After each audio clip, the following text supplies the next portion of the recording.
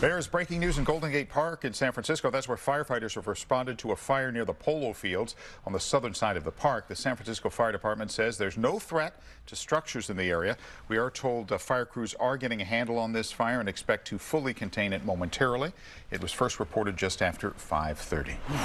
Well, our thoughts and prayers, of course, go out to the victims of the Camp Fire, which is now the most destructive in state history, with more than 6,700 buildings burned, most all of them homes. In just 36 hours or so. Often at times like these, what we need is good advice, and that's where 7 on Your Side's Michael Finney comes in, always looking out for people in times of crisis. Yeah, I got to tell you, California is suffering so many of these wildfires that the insurance industry, fire victims, and consumer advocates know what to expect during the aftermath. So here is the best advice available for California's newest fire victims. Unfortunately, this is not our first time around the block. Yeah, it's very sad. My heart and all my prayers go out to everyone in Paradise and really everyone throughout California that's joining the Fire Survivor Club. It's horrendous.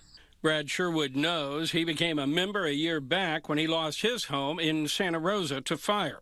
He's lived through a lot and says the new fire victims will too. Unfortunately, what you're about to embark on is going to be a marathon. And just take a moment.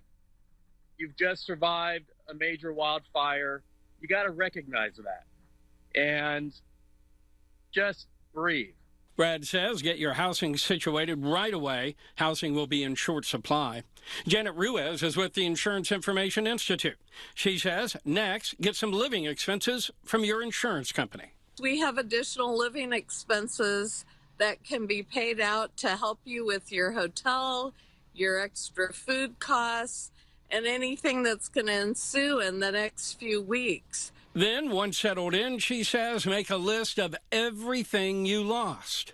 Amy Bach heads up the consumer group, United Policyholders. A lot of people have a sort of fairy tale idea that they've gotten from watching TV ads their whole lives that the insurance company is going to come along and make everything okay. And that just is not how the process works. She says there are a lot of moving parts and you must get involved. Robert Crown is a public adjuster. That's a professional advocate that works for the policyholder. He says fire victims need to keep a close watch on those who will be offering services. Unfortunately, the term of art sometimes is feeding frenzy, and it's not just public adjusters or insurance professionals. It's all the industry that follow in the aftermath. Brad is truly a giver. He says he's heading up to Paradise this weekend to see how he can help. Remember, this is a guy who still doesn't have a home. Now, of course, if you need specific help, contact me here at the station. Interviewing Brad, I almost cried today. I'm not even kidding. Sure. Yeah. It was powerful. Yeah, good for him. Yeah. Brave, courageous, kind. Thanks, Michael, very much.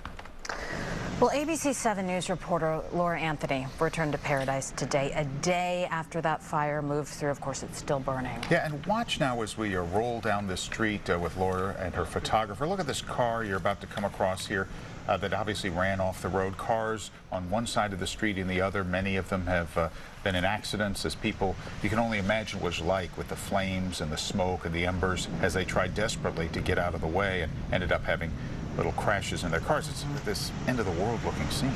Yeah, and you could still see some smoke off to the right, and some places burned, others didn't. Some leaves still left on trees. There's an accident there. Just awful as people tried to escape for their lives. Just imagine what it must have been like at the worst of this. Stay with us, more to come.